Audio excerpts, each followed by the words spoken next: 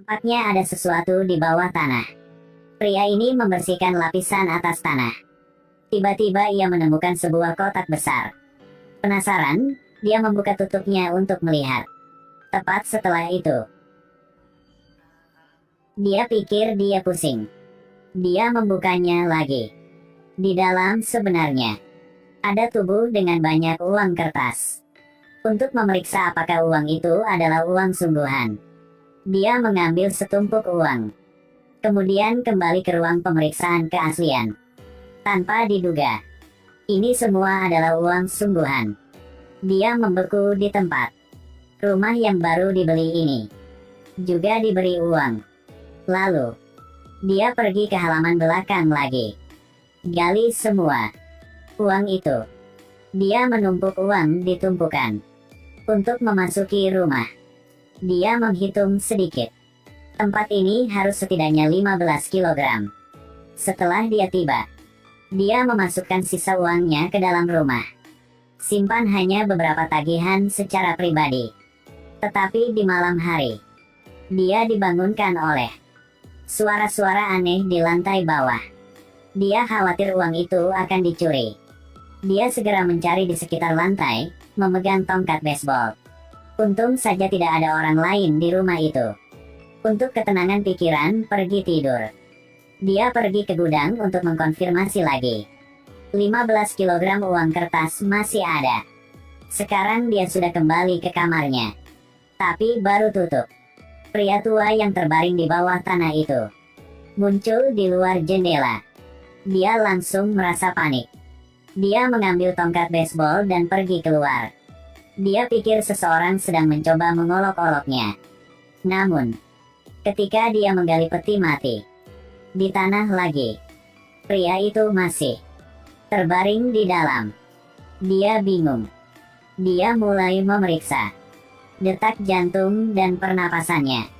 Setelah memastikan bahwa dia memang mati, dia hanya merasa lebih aman.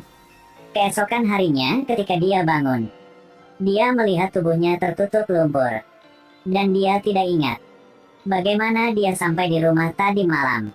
Setelah itu, dia buru-buru mandi dan siap berangkat kerja. Karena tadi malam menyebabkan dia kehilangan tidur malam yang nyenyak. Setelah bekerja, dia menemukan ember untuk bercerita. Tapi masih belum bisa kasih alasannya. Karena di dalam rumah ada uang dan tubuh. Dia khawatir setelah ember mengetahui bahwa itu akan merugikan dirinya. Dia buru-buru membayar untuk meninggalkan tempat ini. Tetapi setelah dia kembali, hal yang dia khawatirkan juga terjadi. Dia baru saja pulang. Di lantai, dia melihat jejak kaki orang asing.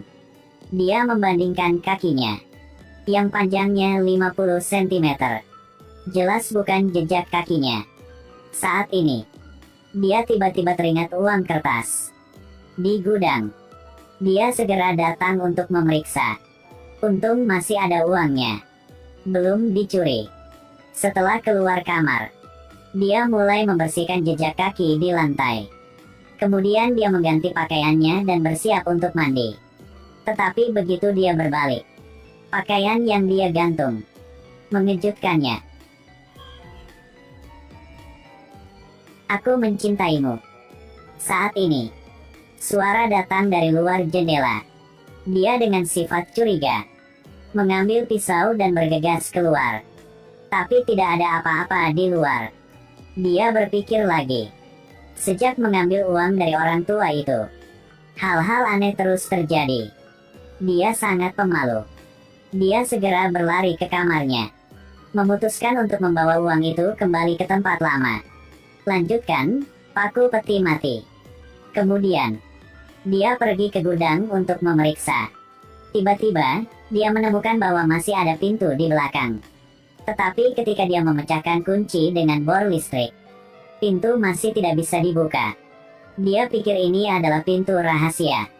Pasti terkait dengan tubuh lain. Jadi dia pergi ke sana. Setelah mencungkil kuku, tahan bau, untuk menguji pria itu, dia menahan napas. Tetapi dia hanya menemukan dompet dan satu set kunci.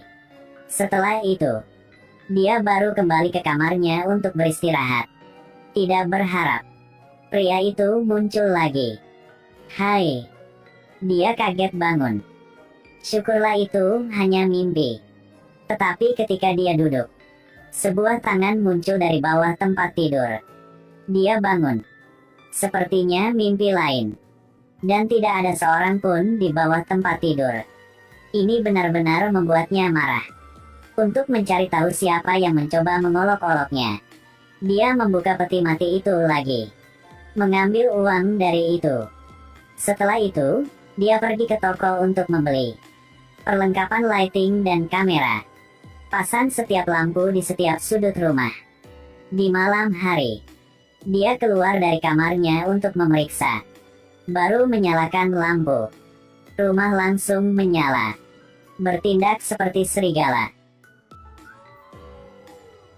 Setelah masuk ke rumah, saat dia menatap kamera dan berpikir, dia ingat kunci pada orang tua itu. Dia segera pergi ke gudang. Gunakan kuncinya untuk membuka pintu rahasia. Lalu dia menyalakan senter. Masuk ke dalam untuk melihat-lihat. Tidak menyangka ada begitu banyak tas di sana. Banyak mayat. Dia sangat terkejut. Apakah lelaki tua itu seorang co-killer? Dia ragu apakah akan memanggil polisi atau tidak. Tapi setelah memikirkan jumlah uang kertas, dia menyerah pada pemikiran itu. Setelah ia tertidur, sosok lelaki tua itu kembali muncul di depan kamera. Lonceng alarm segera berbunyi. Ketika dia melihat itu, dia dengan cepat pergi ke layar untuk memeriksanya satu persatu. Tapi dia tidak bisa melihat dengan jelas. Lalu terdengar suara guntur. Kekuatannya hilang.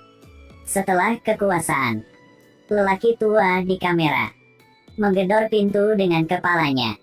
Setelah lelaki tua itu menyadari dia sedang menatapnya, dia segera memasang wajah imut untuk menggodanya. Dia marah, memegang tongkat baseball. Segera kejar.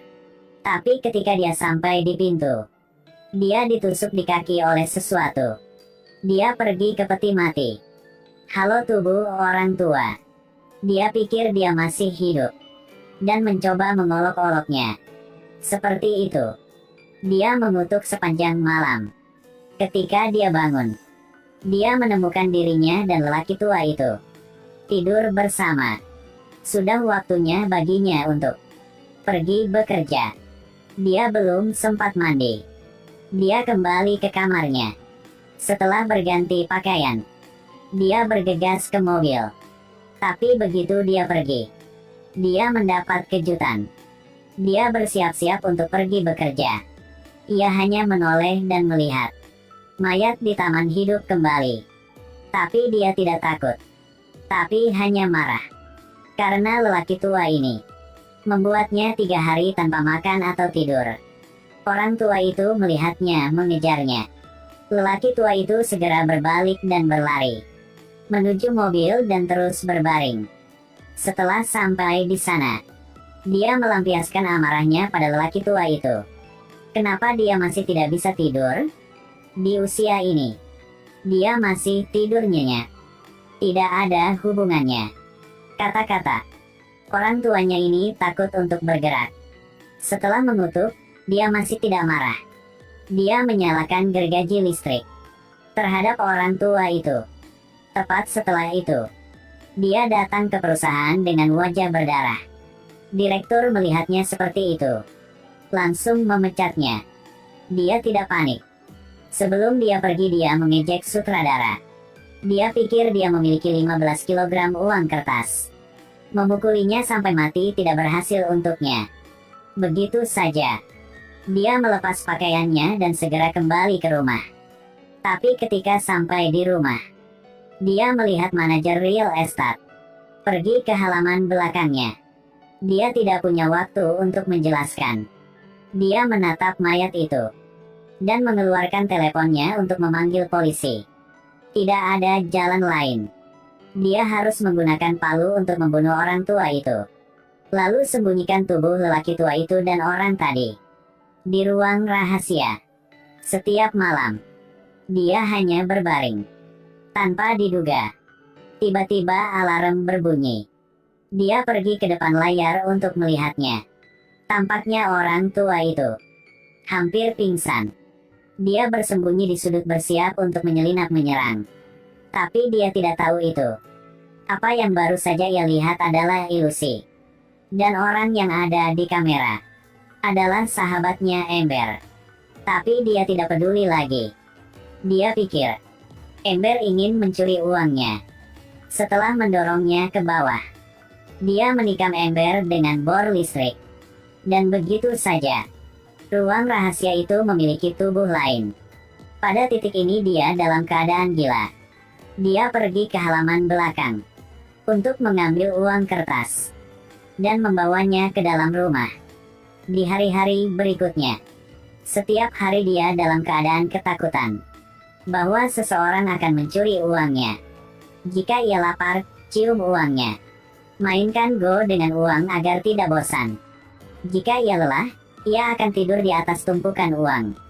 Tidak lama kemudian, terdengar ketukan pintu dari luar. Ketika dia membuka pintu, dia melihat pacar putrinya datang untuk menemukannya. Tapi masih belum bertanya dengan jelas. Dia memukuli orang itu. Segera bunuh dia. Lalu sisihkan dia. Dikemas dalam tas. Tepat setelah itu, putrinya melihat pacarnya tidak kembali. Jadi dia kembali ke sini.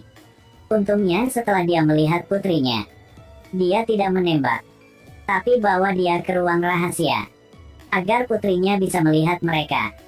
Setelah itu, tetapi ketika gadis itu tidak mengambil tindakan pencegahan, dia memukulnya dari belakang sampai dia bangun. Dia melihat ayahnya yang gila. Dia memegang pisau di depannya. Dia menangis dan memohon ayahnya untuk memaafkannya. Dia adalah putrinya.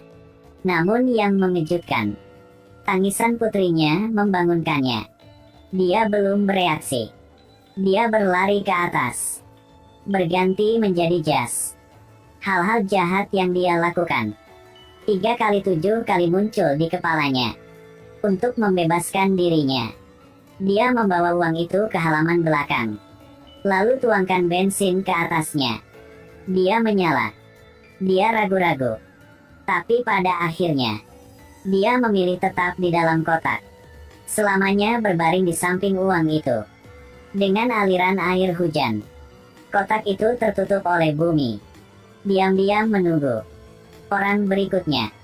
Ceritanya masih perlu dilanjutkan. Mari kita lihat siapa yang bisa menahan godaan ini. Oke. Jika Anda menghadapi uang ini, bagaimana Anda akan memilih?